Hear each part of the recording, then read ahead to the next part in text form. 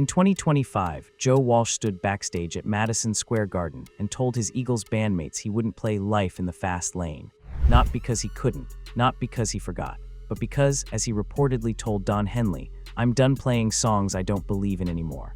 After nearly 50 years with the Eagles, the 78-year-old guitar legend had reached his breaking point. Joe Walsh joined the Eagles in 1975, bringing a harder edge to the band that defined their post-Hotel California sound. For decades, he's been the wild card, the comedian, the guy who balanced out Henley and Glenn Frey's perfectionism with humor and raw guitar power.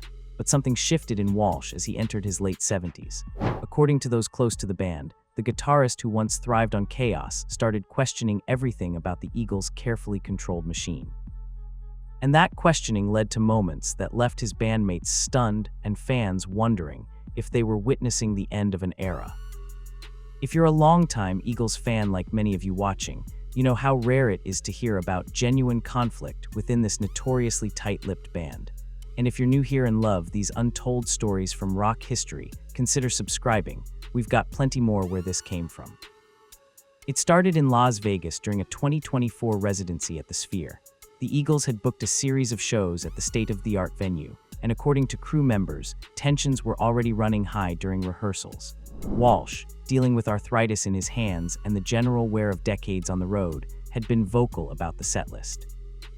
He wanted to drop some of the hits, specifically Life's Been Good and Funk 49, in favor of deeper cuts that required less physical intensity. Henley refused. The setlist was the setlist, refined over years to maximize audience response and maintain the Eagles' reputation for flawless performances.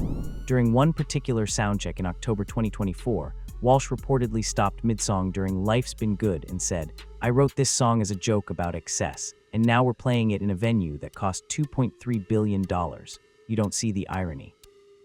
The room went silent. According to a guitar tech who was present, Henley walked over to Walsh and said something quietly. Walsh packed up his guitar and left the venue. He returned for the show that night, but those close to the band say something fundamental had shifted. The man who once embraced rock and roll excess was now its most vocal critic within the band. By early 2025, Walsh's frustrations had evolved from private grumbling to public resistance.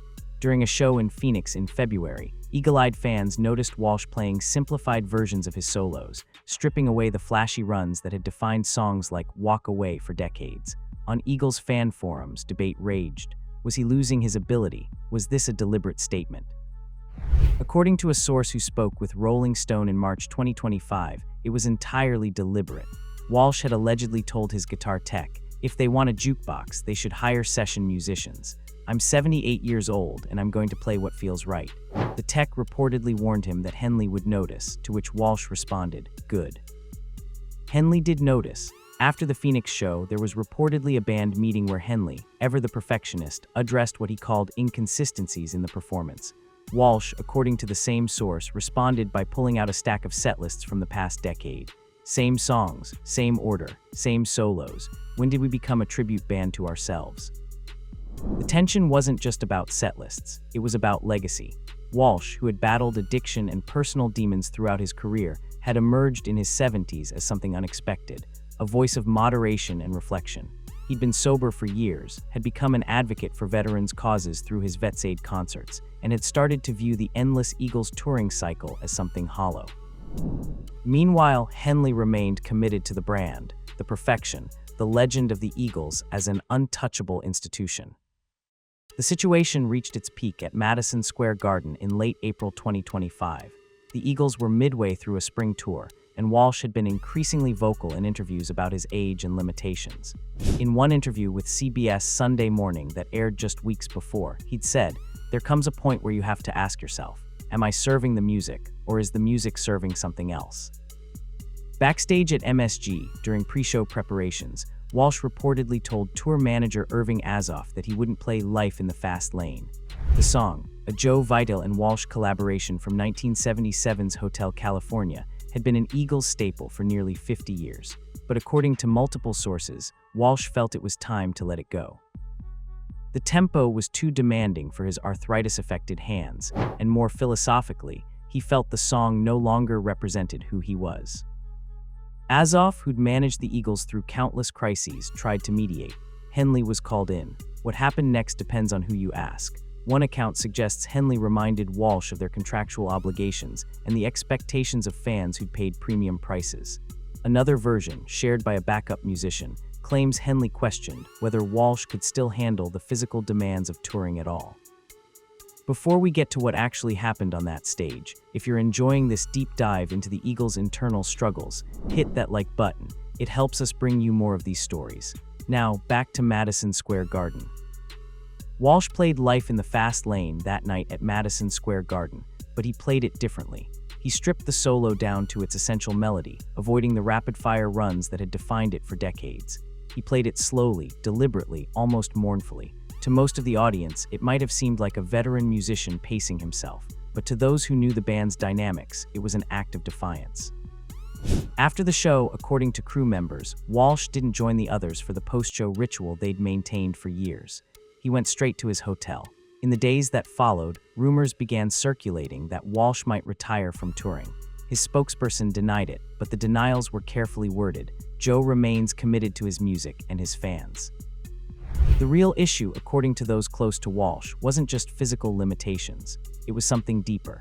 He'd spent his entire career being the comic relief, the guitar hero, the guy who could be counted on to lighten the mood when Henley and Frey got too serious. But at 78, having survived addiction, the death of his daughter in a car accident, and the loss of Glenn Frey in 2016, Walsh was reassessing what mattered. And the endless cycle of performing the same songs to meet contractual obligations and maintain a corporate legacy wasn't making the list. In a radio interview in May 2025, Walsh addressed the rumors indirectly. When you're young, you think the music is everything. When you get older, you realize the music is supposed to serve life, not the other way around. I've got grandkids I never see because I'm playing Rocky Mountain Way for the 10,000th time. At some point, you have to ask what you're doing it for. The Eagles completed their spring 2025 tour, but the atmosphere had changed. According to concert reviewers, Walsh's performances remained professional but lacked the spontaneous energy he'd been known for. He hit the notes, played the solos, but the joy seemed diminished. One reviewer for Variety noted, "It's like watching a master craftsman going through the motions, technically perfect but spiritually absent." Behind the scenes, according to industry insiders, discussions began about the future. Walsh's vetoed benefit concert, scheduled for September 2025, was still on. His solo work continued, but the question of whether he'd commit to another full Eagles tour remained unanswered. Henley, ever protective of the Eagles' legacy, reportedly wanted commitments for a 2026 farewell tour. Walsh, according to sources, wanted to evaluate on a show-by-show basis. The fundamental conflict here isn't just about Joe Walsh. It's about what happens when legacy artists reach an age where the cost-benefit analysis shifts. Walsh has an estimated net worth of $75 million. He doesn't need the money. He's already in the Rock and Roll Hall of Fame twice. He's got nothing left to prove. So when Henley insists on perfection and consistency, Walsh is asking a fair question: for whom? Walsh's reluctance isn't entirely unprecedented in his own career. As far back as 2012, he told Howard Stern that touring with the Eagles had become like a job rather than the creative outlet it once was. He'd mentioned feeling constrained by the setlist requirements and the pressure to deliver note-perfect versions of songs he'd played thousands of times. But what's different now is his willingness to act on those feelings. In his 70s, Walsh has become more outspoken about authenticity versus performance, about art versus commerce. His vetoed concerts, which he founded in 2017, represent music serving a purpose beyond profit. They're about community, healing, and giving back. The contrast with the Eagles' corporate touring machine couldn't be starker. Other bandmates have noticed. Timothy B. Schmidt, the band's bassist, mentioned in a podcast interview that Joe's at a different place in his life and that the band was working to honor where everyone is at. That diplomatic language suggests ongoing negotiations and compromises. If you made it this far, you're clearly as fascinated by the Eagles' complex dynamics as we are. Subscribe if you want more untold stories from rock's greatest legends. Here's what most fans don't know. According to a source close to Walsh, the guitarist has written a memoir scheduled for publication in 2026. While details are scarce, the book reportedly addresses his entire career, including his years with the Eagles. And according to the same source, Walsh doesn't hold back about his frustrations with the band's later years. It's honest, the source said, sometimes brutally so. If true, this could explain Henley's increased pressure for Walsh to commit to future tour. A tell-all book from a core Eagles member, especially one as beloved as Walsh, could reshape the band's carefully controlled narrative, and it might explain why Walsh seems increasingly willing to push back against the system. At 78, with a book coming that will secure his legacy in his own words, he's got leverage he's never had before. The Madison Square Garden incident wasn't just about one song. It was about a 78-year-old man drawing a line and saying, "This far, no further." Whether the Eagles can accommodate that remains to be seen. Joe Walsh's journey from wild man to wise elder has been one of rock's most compelling transformations. His current struggle with the Eagles isn't about decline or inability. It's about an artist choosing authenticity over obligation at an age where most of us get to make that choice without 20,000 people watching.